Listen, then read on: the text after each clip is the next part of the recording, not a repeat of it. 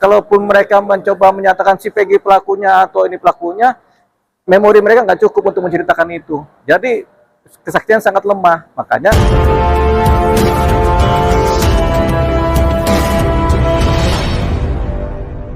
tadi nggak ada kesaksian baru tuh. Yang si siapa namanya, si tuan ketua geng motor tadi eksekusi terus si Oh, Peggy gitu. oh ya, itu mereka itu bukan saksi. Mereka cuma mengira-ngira kejadian yang terjadi pada saat itu. Ketika kita tanya pun, ingat nggak? Nggak ingat juga. Jadi nggak ada yang ingat sebenarnya. Nggak ada yang ingat ini persoalan, ini perkara. Begitu. Cuma karena coba diingat-ingatin, jadi mereka mereka-reka. Nah, mereka-reka itu kan nggak bisa dijadikan ukuran untuk sebagai saksi. Jadi memang sampai sekarang belum mendapat saksi.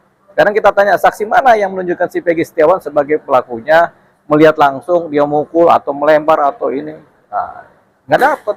Dari beberapa sumber informasi nggak dapat itu. Tapi kan ada saksi yang beredar bang sekarang, ya, AF dan Melmel. Ya. Itu bagaimana bang? Iya, mereka nggak bisa kesaksian mereka lemah sekali. Artinya mereka nggak bisa dijadikan sebagai saksi juga. Karena ini kendalanya adalah daya ingat untuk mengingat-ingat apa yang terjadi, merekam atau menceritakan rekaman dari kepala apa yang terjadi. Daya ingat ini nggak bisa dijadikan jadi ya karena kelemahan ini daya ingat ini, jadi nggak bisa dia dipakai untuk mengingat ini. Jadi dua orang saksi yang sekarang ini akan pernah bisa. Kalaupun faktor daya ingat manusia, Nah, kalaupun mereka mencoba menyatakan si Peggy pelakunya atau ini pelakunya, memori mereka nggak cukup untuk menceritakan itu. Jadi kesaksian sangat lemah. Makanya boleh dibilang ini bukan nggak ada saksi lagi begitu. Walaupun mereka bilang begini-begini nggak bisa dipakai juga kesaksiannya. Pakai ilmu psikologi kita analisanya begitu. Dia jadi nggak bisa dipakai sebagai saksi. Kosong jadinya. Bang, kan ini kemarin ramai juga katanya anak bupati yang sekarang jadi perwira kepolisian ya. isu dia pelaku utamanya. Ya, itu kan rumor cerita dari mulut ke mulut, nggak bisa dipakai juga sebagai ukuran gitu. Jadi kenapa dibilang sama yang nanya ini perkara kemana-mana? Ya karena kebanyakan rumor dicampur sama fakta begitu. Faktanya sebenarnya udah nggak dapat. Akhirnya rumor yang masukin, akhirnya rumor ketemu rumor, jadi orang mereka-reka mengira-ngira. Jadi kalau bahasa Sundanya babaliut. Bahasa tadi yang dibilang itu ruwet gitu kan. Ruwet sama apa? Ya sudahlah, udah ruwet sama babaliut. Yang mau diapain lagi? Tapi ada satu pelaku nih yang diduga pelaku yang kemudian ditahan, si Peggy Setiawan. Kan kasihan, perkaranya ruwet, pelakunya si yang diduga Peggy Setiawan ini ditahan. Mau diapain dia? Ya kasihan. Kalau menurut saya sih sebagai praktisi hukum kita lepas aja. Dilepas dia lewat mekanisme penangguhan penahanan, polisi kemudian mendalami ulang materi-materi penyidikan, mereview ulang bukti-bukti kalau ada, saksi-saksi yang lama kalau ada, direview ulang lagi baru ditangkap. Tadi kan kita dapat gambaran si DPO ini gambarnya mukanya Peggy juga nggak ada, yang ada gambar koboi, ya kan?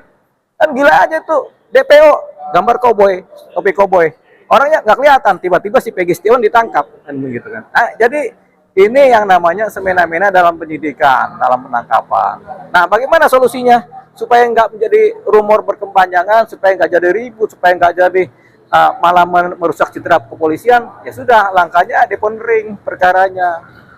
Perkaranya tuh ya sudah didalamin ulang. Orang yang sudah ditahan dilepas saja, begitu. Sayang waktu dia ditahan kan. Nah, hak asasi dia sebagai manusia kan kena. Sementara tadi banyak Peggy-Peggy yang lain kan begitu. Jangan-jangan aneh juga Peggy juga. Tanggapannya kan dalam beberapa waktu kemarin CCTV keluar. CCTV pada hari H. Bisa nggak tuh diplototin ada mukanya Peggy di situ? Kan nggak bisa. Kalau Suryo bisa nggak bisa juga. Gitu, siapa ahli CCTV? Nggak akan pernah bisa. Nih, satu contoh CCTV yang bagus, yang menggambarkan suatu kejadian tindak pidana pembunuhan terjadi di Bogor, kota Bogor. Satu wanita remaja dibunuh, tuh kelihatan di CCTV. Pelakunya ketangkap nggak? Ya enggak juga. Kenapa? Menggambarkan figur orang setengah mati. Kalau kita udah kayak di Cina, yang gimana ada CCTV yang bisa merekam gambar orang dengan raut wajah, nah itu baru bisa. Indonesia kan nggak punya. Tapi berarti abang yakin kalau Peggy yang tentang sekarang itu bukan pelakunya? Peggy yang tertangkap sekarang itu bisa jadi dia pelakunya, bisa jadi dia bukan pelakunya. Persoalannya adalah bukan itu. Persoalannya adalah karena kelemahan di teknik penyidikan, kelemahan di pembuktian, kelemahan di saksi, sehingga walaupun dia pun pelakunya atau dia bukan pelakunya, dia harus dilepaskan. Begitu. Karena apa? Sumber legal standing untuk menangkap dia nggak dapet. Apalagi DPO fotonya gambar cemen koboi, pakai topi, peng. Tapi kan wibawa seorang polisi mendapat perkara. Ya salah, bukan salah siapa ya, wibawanya memang dipertaruhkan karena ceroboh. Ini yang namanya kecerobohan dalam penanganan perkara. Kenapa ceroboh? Ya perkara 8 tahun lalu ada DPO nggak dicari-cari, pas ada film baru cari, ya ceroboh namanya. Berarti menjadi pukulan telak buat polisi dong. Kalau Pukulan telak seharusnya. adanya film ini. Memang pukulan telak buat teman-teman di kepolisian. Makanya daripada ini menjadi peradilan sesat di kemudian hari, malah memperburuk citra polisi, lebih baik diapakan? Didep perkaranya, dikaji ulang perkaranya, yang sudah ditangkap dilepaskan dulu. Carilah si pelaku sebenarnya.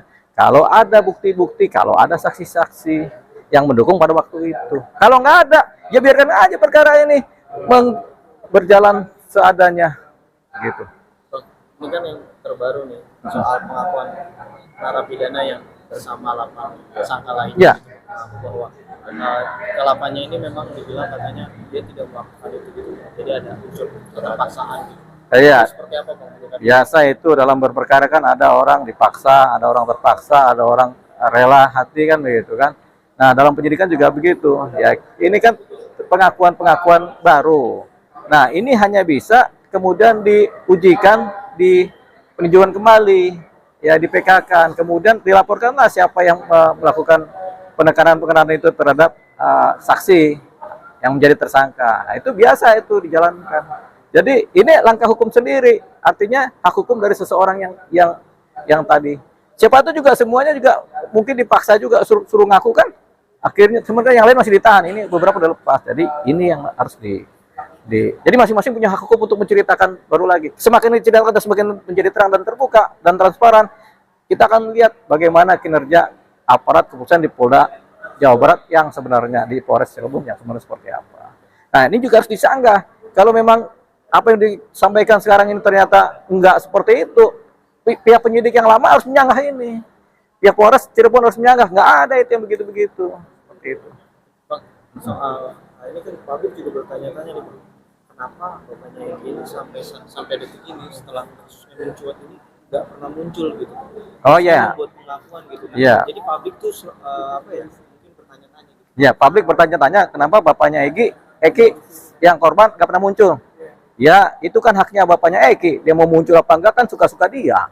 Kalau dia merasa privasinya terganggu ya nggak usah muncul-muncul kan gitu kan. Itu haknya dia. Jadi pertanyaan juga haknya publik. Publik bertanya, kenapa kok ini nggak muncul-muncul? Dijawab, hak aneh dong, nggak muncul-munculan begitu.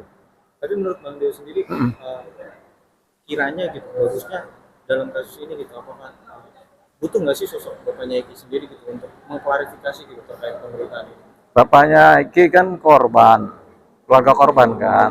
Dia mungkin dulu udah klarifikasi. Dia punya posisi juga, boleh juga dia menceritakan.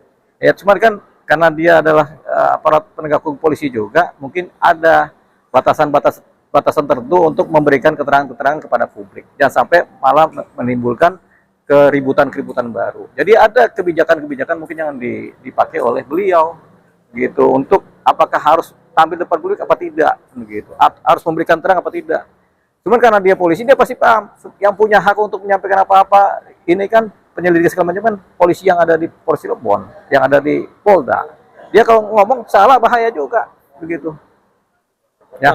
Soal ini kan pengakuan geng motor juga bilang katanya tidak mengenal sosok Peggy Setiawan sendiri. Gimana, Bang?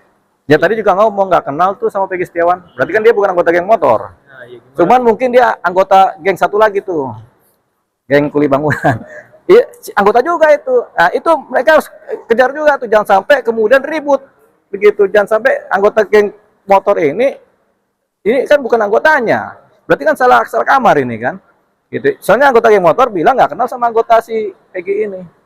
Gitu. Makanya ini kan timbul kerancuan-kerancuan, kerumitan-kerumitan, timbul ke prasangka-prasangka. Ini semua nggak bagus dalam dunia hukum kita. Makanya harus ada kepastian hukum seperti apa. Tadi kita udah bilang jalannya. Ini kan Peggy belum tentu bersalah juga, atau belum tentu dia tidak bersalah. Tapi kan saksi-saksi kurang, bukti kurang. Sudah lepaskan aja.